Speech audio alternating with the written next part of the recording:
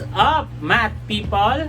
Welcome to the very first episode of Mathematics Vlog Tutorial for Grade 10. I am your math teacher, Teacher Emilio, and kung bago ka pa lang dito sa YouTube channel ko, click the subscribe button and bell button para matsaya na! Yay! Hey guys! So, right now, simulan na natin ang ating topic, which is sequence and progression. That's right! Tara na! So first, when we say sequence or progression, we define this as a succession of numbers formed according to a rule. So please take note of that rule. Kung meron tayong sinusunod na rules and regulations sa school, ang ating sequence or progression, meron din silang rule na sinusunod para malaman mo kung ano yung mga number na pwede or kasama dun sa isang sequence. Each number in a sequence is called a term, or yung bawat element dun sa ating sequence ay tinatawag na term. The subscript determines the ordinal of the term, or pag may nakita tayong subscript dun sa baba ng ating mga term, ibig sabihin, or ng ating representation ng ating term, ibig sabihin, yun yung ang pang-ilan yung ating term.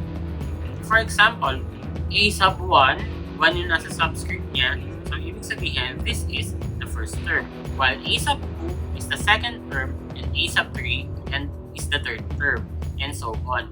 And to represent a general term, we have a sub n, which stands for the nth number, or nth term.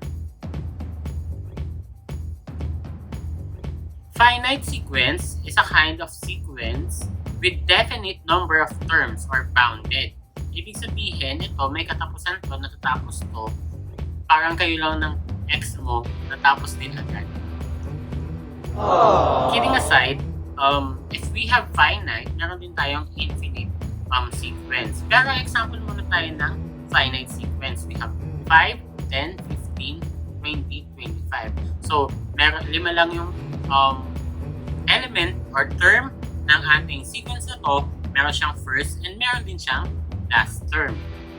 Next, we have 7, 9, 11, and 13. Another kind of sequence na merong first and last term. Bounded sila. So, mula dito hanggang dito lang sila. At kung meron tayong kung meron tayong finite, syempre meron din tayong infinite sequence. Sa infinite sequence na to, ito yung dito, may forever. Ibig sabihin, hindi natatapos itong series ng sequence na to. At ang example neto ay 2, 4, 6, 8, and so on. As well as 4, 11, 18, 25, and so on. As we can see, meron tayong tatlong tudok dun sa dulo ng ating mga sequences na represent dun sa mga number, dun sa infinite numbers na yun, infinite terms natin. So, ano bang tawag dun sa tatlong tudok na yun? Ang tawag po dun ay ellipsis. And whenever we see an ellipsis, ibig sabihin, ito yung nag-represent ng mga number na hindi na natin kayang isulat or hindi na natin kayang isulat. So, dahil nga infinite ito and meron namang rules, so we don't have to write the whole sequence. Ang ating sequence ay meron tinatawag na recursive form, or ito yung formula or yung rule niya. So, an expression used to determine the nth term of the sequence by using the terms that precedes it. So, sa ating sequence, importante yung mga naunang terms para ma-identify natin or ma-determine natin yung mga iba pa o yung mga susunod na term.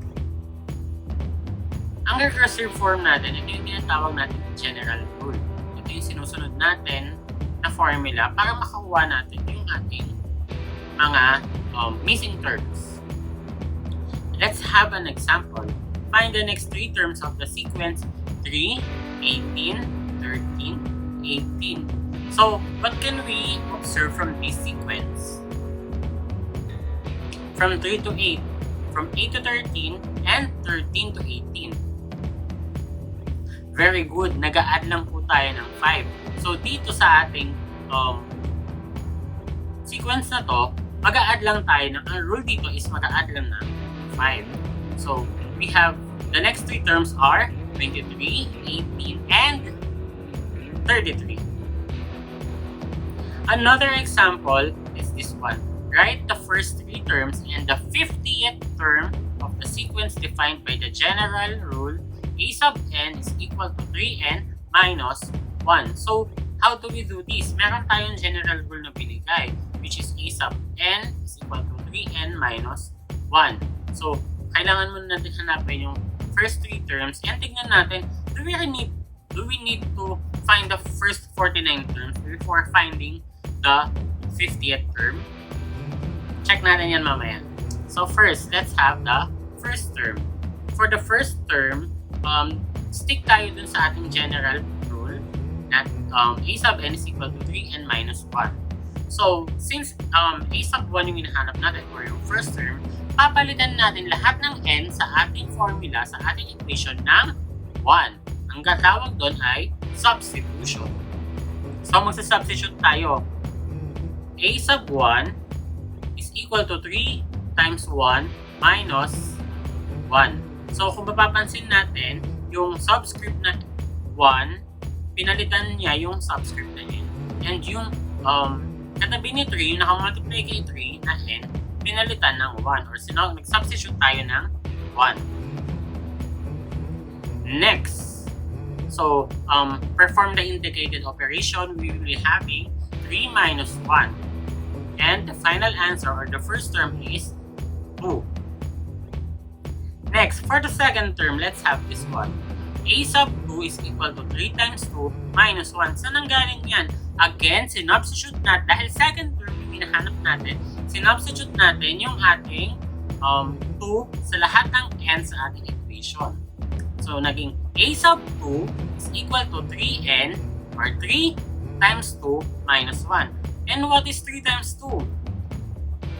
Very good, 6. So this will be 6 minus 1 and our a sub 2 or the second term for our sequence is 5. Very good.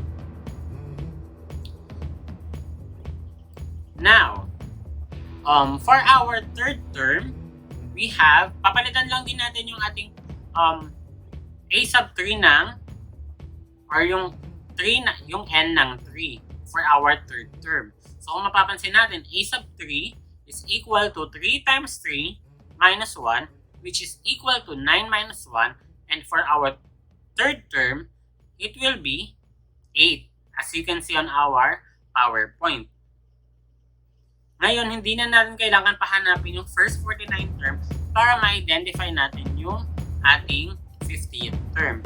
To get the 50th term, palitan lang natin si n ng 50. Total, dyan naman kayo magaling, di ba, sa pagpapalit. Kidding aside, ang equation natin is a sub 50 is equal to 3 times 50 minus 1, which is equal to 150 minus 1. And our 50th term will be 149. Now, let's proceed to arithmetic sequence. Madami tayong pag-uusapan ng klase ng sequence and let's have the arithmetic sequence. An arithmetic sequence is a sequence where every term after the first is obtained by adding a constant term or a constant. So dito, katulad ng mga nakita natin kanina, arithmetic yun kasi nag-add lang tayo ng constant. For example, 1, 4, 7, and 10. Ano kaya yung constant na in-add dito? From 1, paano naging 4? From 4, paano naging 7? And from 7, paano naging 10? Tama. So dito, nag-add ka lang ng 3. How about this one? 22, 27, 32, and 37. So very good. Dito, 5 naman ang in-add natin. How about this one? 12, 9, 6, 3, and so on. So from this one, kung mapapansin nyo, pababa tayo. Eh di ba nag-add tayo? Bakit pababa? Kasi po, pwede tayo mag-add ng ang constant na tinatawag natin ay pwedeng maging negative. So dito sa ating arithmetic sequence, ang constant natin dyan ay negative what? negative 3. Very good. So from 12, add tayo ng negative 3, magiging 9. From 9, add ng negative 3, 6, and so on. How about this one? May radicals tayo. So, dito naman, as we can see, 2 square root of 7, 6 square root of 7, and 10 square root of 7. Mag-add lang din tayo ng 4. As long as pare-pareho sila ng radical, pwedeng that mag-add lang tayo dyan. Or 4 lang yung i-add natin dyan. So, next, sa arithmetic sequence, ang tawag dun sa constant na pinag-usapan natin kanina ay common difference. It is denoted as or represented by the letter D. So, it is a constant number added to the preceding term of the arithmetic sequence. It can be calculated by subtracting any two consecutive terms in the arithmetic sequence. So, maghahanap ka lang ng dalawang magkasunod consecutive terms, then isusubtract mo kung ano yung difference nila. Ayun na yung common difference ng arithmetic sequence natin. For example, also, kaya siya tinawag na common difference kasi pare-pareho. Dapat lahat sila pare-pareho ng common difference. Or ng difference para maging common. Dahil kung hindi common yung difference nila, hindi na yung arithmetic sequence. So we have here an example 1, 4, 7, and 10. And lahat ng to, kung mapapansin natin, lahat ng term na magkakasunod ay, ang difference ay 3. So 4 minus 1, 7 minus 4, and 10 minus 7. Lahat ng difference nila ay 3. So para sa ating formula na 3, the common difference, which is the common difference na nakuha natin, ang ginawa lang natin, nag-subtract lang tayo ng magkasunod na term. So kung si a sub 3, paano natin makuha ang common difference using a sub 3? Magma-minus tayo ng a sub 2. Very good. So nabawasan ang subscript. Yung subscript natin, minus 1 lang. So kung a sub 2 naman yung gagamitin natin, subtract natin si a sub 1. So ayun. Therefore, ang ating formula is b is equal to a sub n minus a sub n minus 1. Or yung term, si term minus ng term na bago siya para makuha natin yung ating difference.